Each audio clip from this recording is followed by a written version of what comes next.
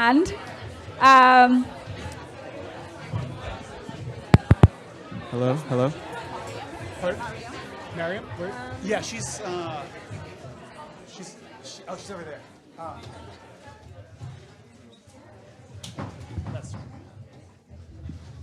and we have one additional speaker for this panel, Hello, Shika, hello. but I will let everyone introduce themselves. Hello? Is this on? Hello? Can people hear me? Okay. All right. Okay. Very excited for the panel today after a wonderful day. Here to learn, my name is Anthony McGuire. I work at Neustreet. We're building a media and data brand around cultural assets. That means things like NFTs, sneakers, Pokemon cards. But really, who we should be celebrating today are the panelists, the experts in this space. So I'd love to have each of them introduce themselves, starting with Maryam, please. Hello. Thanks, Anthony.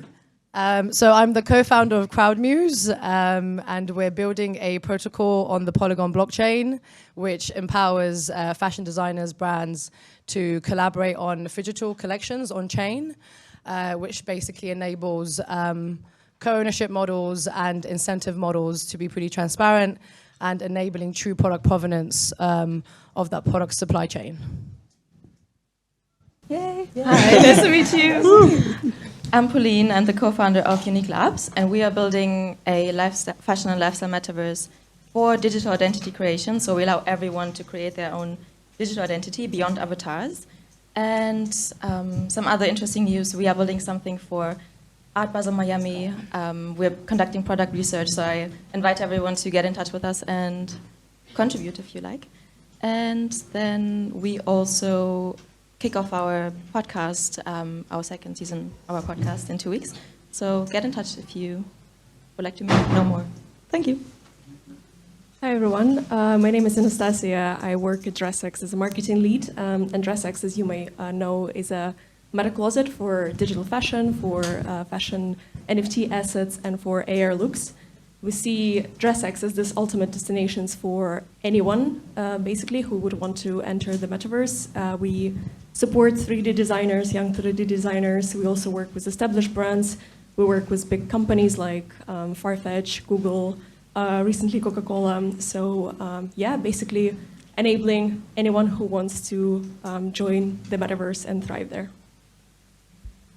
Hi, I'm the new panelist. My name is Shika. I'm the founder of FrontRow, which is a rental platform. So we specialize in renting out designer clothing and accessories. So everything from Elie Saab to Chanel to Ralph and Russo. We are looking to expand into this space and incorporate some digitizing of our pieces and looking into applications in which people can rent things physically in the physical world and in the meta world. Great. Now, I'd love to start off by talking about the topic of digital identity, which has come up many times today, because I think digital identity also is really an analog for digital desire, which also leads to digital commerce, right? Now, we've seen, particularly amongst younger audiences, that people are spending billions of dollars on digital skins, digital items and games, and as we look to the future, will that expand to things like digital fashion? Now, for us personally, I'm sure we all have our own perspectives on what digital identity means to us. Does that have a desire? What do we want to build? What do we want to buy in the digital space? So maybe, starting with Pauline, could we talk about what your thoughts are on digital identity and digital desire? Sure.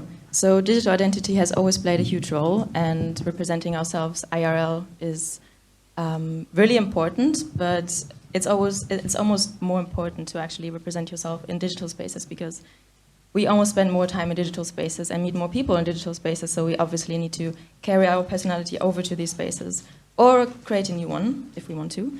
And one topic that's particularly interesting about digital identity is actually making it interoperable in digital worlds. So that's one of the big topics I think that many brands, including us, are looking to tackle at the moment. So how do we bring our personality to platforms, and how do we actually carry it over to other platforms as well, without losing any visual or contextual quality, so to say. Can I jump in here? Yeah, sure. I think for like setting a bit of context for on like digital identities, I think a digital identity is essentially saying like you can prove yourself without physical documentations, and essentially traditionally identity online has been basically within like centralized databases and controlled by authorities and third-party sources and so on. And so, you know, we don't own any of that ID or data that we put out there.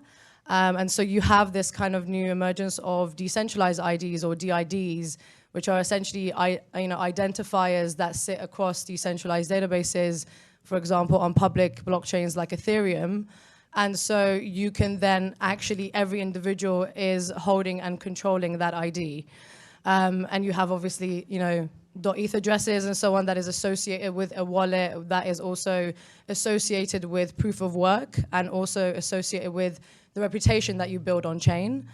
And so from my perspective, from a Web3 perspective, I think digital identity is really interesting because your DID can just really link to the reputation you're doing and also the products and projects that you're creating on chain.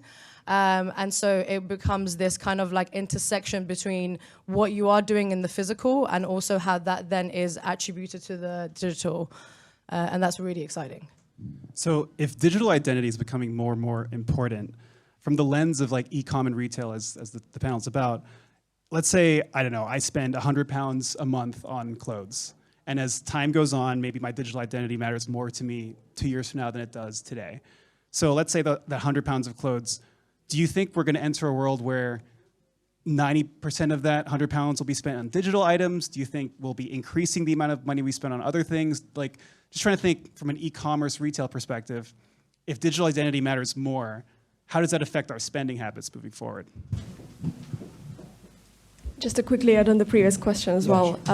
So in terms of digital identity at DressX, we think that it's obviously not a new concept. We had our digital identity in gaming before, but what we usually say is that now with social media, with all of the Skype calls and everything just kind of swiftly moving to the digital space, we think that we all are becoming avatars of ourselves on our social media. So we're kind of building our new profile on social media, and it doesn't necessarily like 100% matches our actual personality.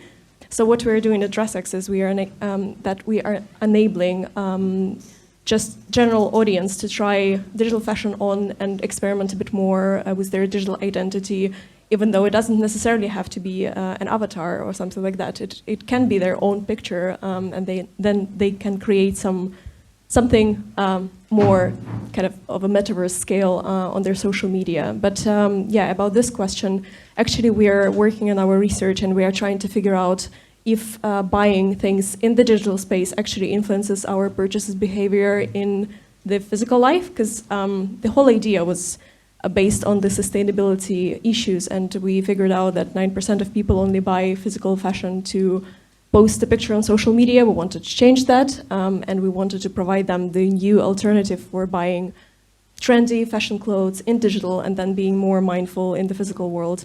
We still have a long way to actually figure out how it works in terms of numbers, but we are very hopeful that that's what's going to happen. Again, just adding to your previous point, when I started FrontRow 4 years ago, it was a platform that allowed people to experiment because they're not committing to buying a piece. So you can experiment with the rental platform, expand your horizons, figure out what styles suit you, what don't, expand your horizons with new designers as well. And I think with the digital world, you're able to do that even further. So what we want to do is incorporate the application of renting it in the digital world, but also receiving it in the real world as well.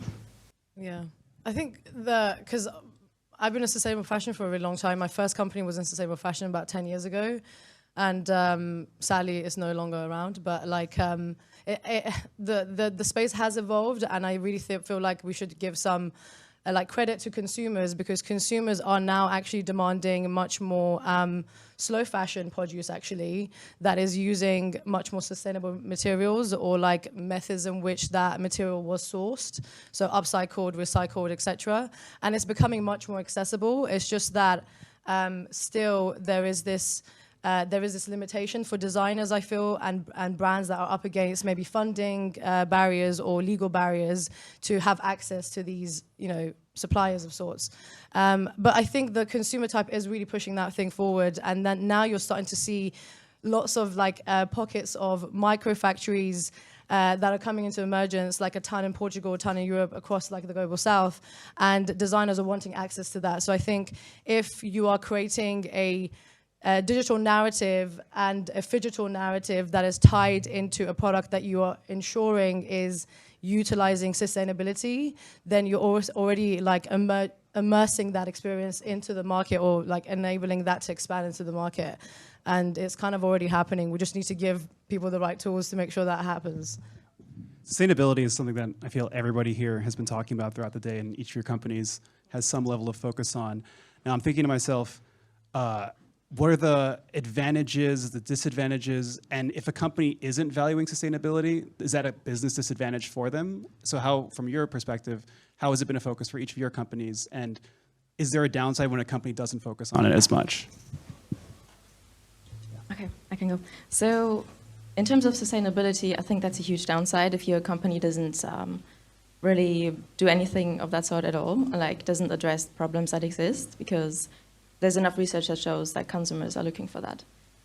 Now, if the actual buying decision is influenced by that, I think that's another story, oftentimes, because research also showed that there's actually a difference between what consumers say versus what they do, because of how you want to be perceived, and you don't want to look like you don't care about sustainability, meaning you don't care about the planet. But so for ourselves, in terms of sustainability, what we're trying to do is, obviously we're digital natives, so we don't have any physical products just yet. But we are looking at sustainability also from a people perspective, so we're trying to build for a really wide audience and try to make it accessible for as many people as possible, so that all types of user groups of different abilities are actually included in the process and can use the platform that we're building. I was on the DressX website earlier, and I saw in bold letters, DressX is carbon neutral. I don't know if you wrote that personally, but I had imagined that that's something that the company wants to be proud of and put at the forefront. And then I think talked about using Flow blockchain. How has that been part of the decision-making of the company, and I guess for everybody else's company as well, but starting off with DressX? Yeah, as I mentioned, basically, the main idea behind DressX was actually the sustainability issue of the fashion industry and how we can kind of modernize it and how we can allow people to have an alternative for their sometimes toxic fashion and purchase decisions and behaviors. It's so connected to kind of every step DressX is taking, because we keep on launching our sustainability research every half a year. We usually send questionnaires to our users just to understand how actually buying digital fashion affects their purchasing behaviors. As Pauline mentioned, it's not usually what they actually do, but we are really trying to kind of see the numbers behind it and understand if it actually affects their decisions.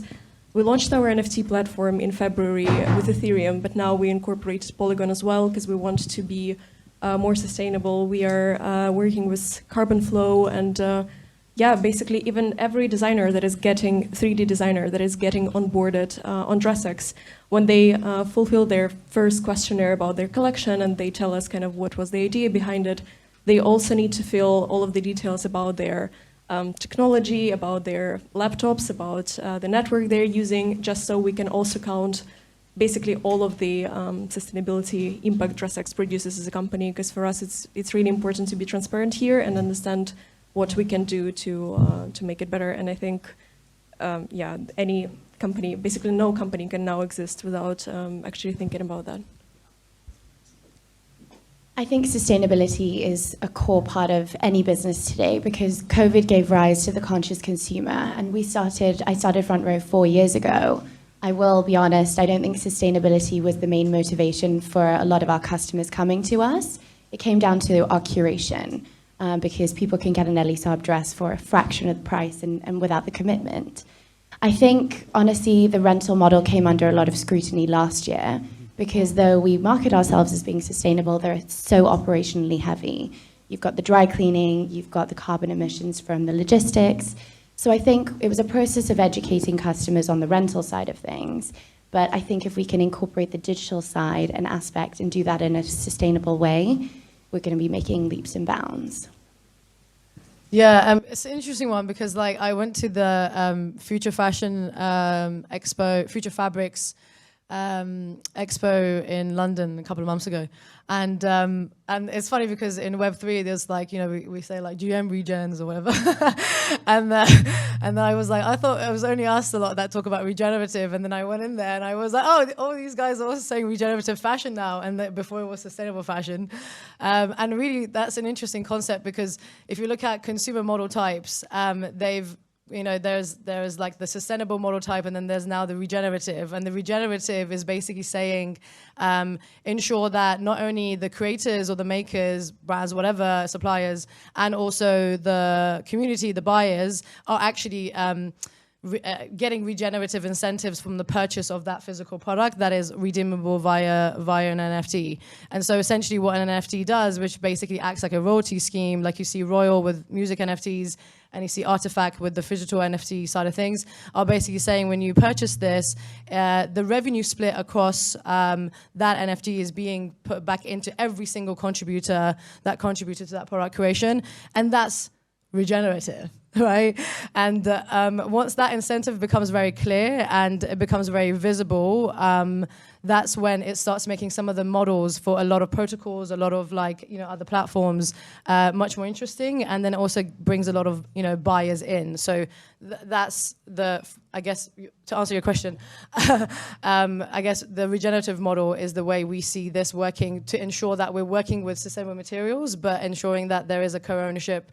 And obviously Patagonia just came out the other day saying, you know, what they're trying to do is essentially, they're not giving the company away, they're basically saying that we want to ensure that every single employee, every single community member is a part owner into Patagonia. And that's fucking awesome. And that's the kind of thing that makes me want to buy Patagonia versus another brand, right? So it's not just like a cool thing, but it would make my purchase decision influenced by that. Now, I think also about a topic, if we're going to see a world where more and more fashion brands are coming out, digital, physical, whatever you want to call it, that's going to be a lot of new fashion brands, which is great. Now, this topic I hear a lot being talked about is interoperability. Now, it sounds like a boring word, but really the way I try to boil it down is like, where do you buy something and where do you wear it, right? Traditionally, I'd buy something from a store, or maybe online, and I'd wear it on the street. Maybe I'd flex it on Instagram. But as time goes on, if I'm minting NFTs, I'm wearing them using AR filters. If I'm going to different metaverse experiences online, wearing them in very specific contexts, it can be kind of confusing, and I don't know if I can wear everything where I want it to be.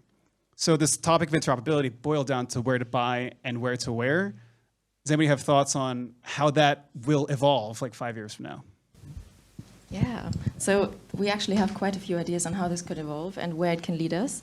And the most exciting thing that we envision is that you buy something digital, like maybe an AR piece of clothing and, I would say a VR piece of clothing for your digital avatar. And you buy it somewhere and you just take it to whatever platform you want it. And you can use it everywhere. Obviously, there are some concerns when it comes to the visual quality of different platforms. So we're actually looking to create some sort of interoperability between platforms that actually allow for the quality that digital fashion requires.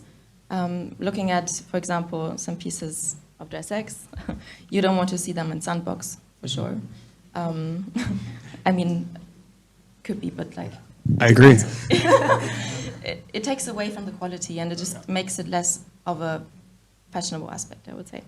And so we are building, or we're looking to build like a community of platforms that come up with like a standard that is followed in order to be interoperable. And we're actually working with a big technology company that works in that space. So we're going to come up with something in that space soon. And we invite everyone to also like check our socials because there's going to be something coming. But yeah, like making it interoperable so that what you actually buy, you can use. Because why would you buy something if you can't use it in different places? Yeah, you wouldn't buy a T-shirt that you can only wear to one event once a month. Yeah. So. Yeah. Or you could, right? Yes, if you have. Maybe you want to. Yeah, if you have the resources. It's getting kind of complicated, right? Yeah. So, Anastasiia, would you like that? Yeah. So basically, when we launched the DressX app, that was our main intention, and we called the DressX app DressX Meta Closet, just because what we are building is we are trying to provide users the same experience as they have with their physical wardrobe. Whenever you buy the piece, and you can basically wear it wherever you want, or not wear it, or keep it in your closet, or whatever. So whenever you buy something on DressX, you are getting this ability to wear it in AR. You can dress your own photo in it, and depending on the, for example, NFT item that you are buying, sometimes you can also take it to Decentraland, to Roblox. We are partnering with lots of different fashion platforms to actually enable this closet, meta closet experience for people, because unless you can reuse the asset, it's not really that valuable. So yeah, that's basically our main thing that we're trying to develop over the next year or couple of years.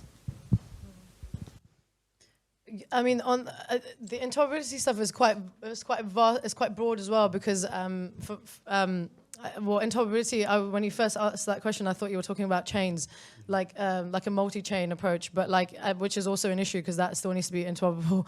And what I mean by that is you have an array of different blockchains, and you want to make sure that that NFT can travel across these blockchains and can be minted across blockchains or protocols. And I guess from our experience, because what was I saying before? We're the phygital layer to your metaverse layer. Yeah. What was that? Oh, it's your gravity layer. Yeah. Sorry, inside joke. Why did I say that? But essentially, because we're looking at it from the phygital perspective, we're trying to ensure that we're working with digital designers that are, essentially trying to get their avatars or the creation of their outfits within multiverses, to also ensure that maybe some of those collections can also be redeemable in the in a physical sense via this kind of via this experience. And a good example is Avatar obviously is launching their product, the black t-shirt drop on the 22nd of October, which will be happening on Crowdmuse. And it's saying, it's got a storyline behind the interoperability of the brand itself across multiverses that they're working with, and also the phygital experience that it could come with. So that's pretty sick. When I got on this panel, I was worried that I wouldn't have enough questions, but now we're running out of time, and I have like 20 more. So I'm going to close with this question, kind of open-ended, and it starts with an observation that I haven't met everybody today, but I've met a good amount of people.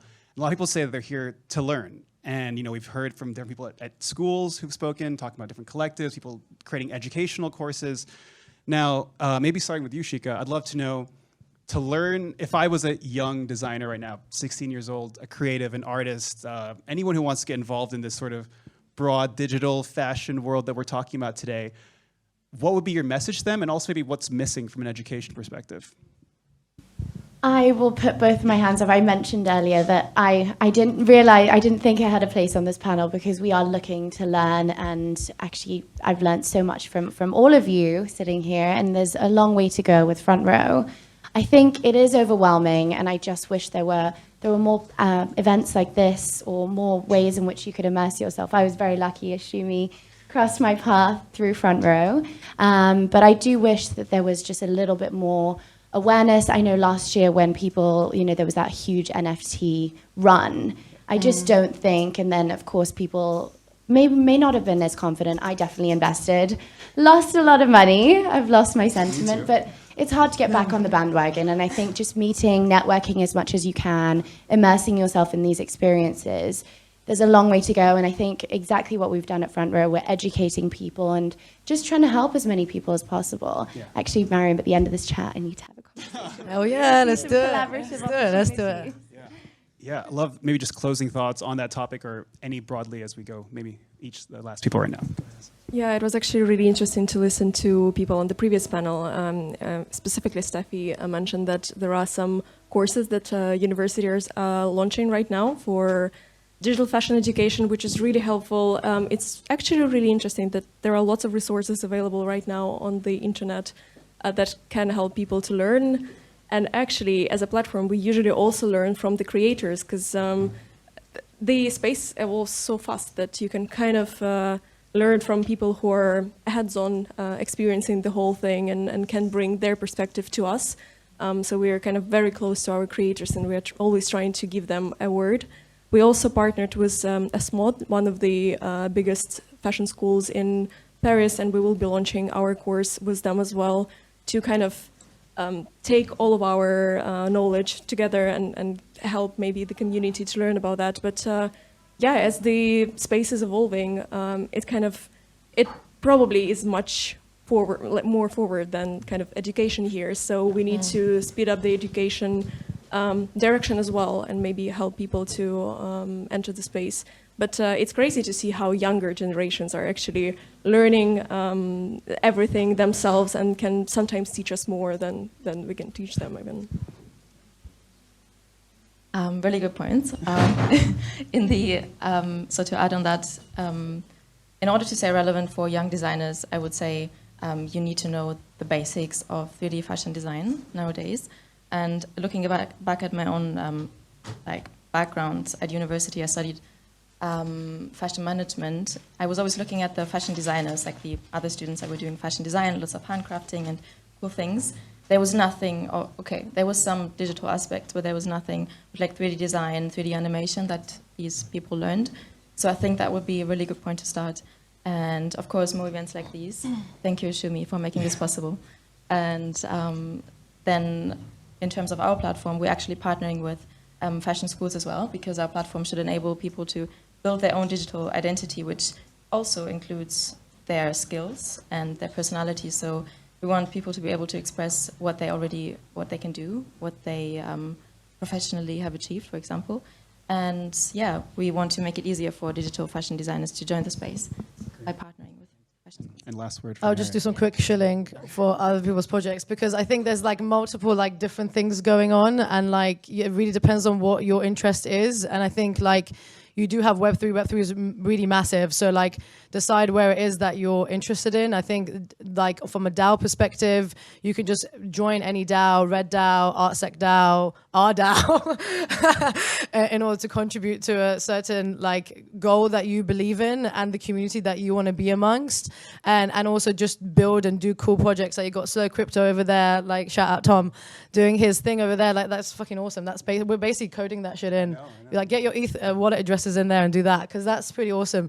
Like there's so many things you can do. So I think just get involved and build, and come chat to me afterwards if you want. Thank you very much, everyone.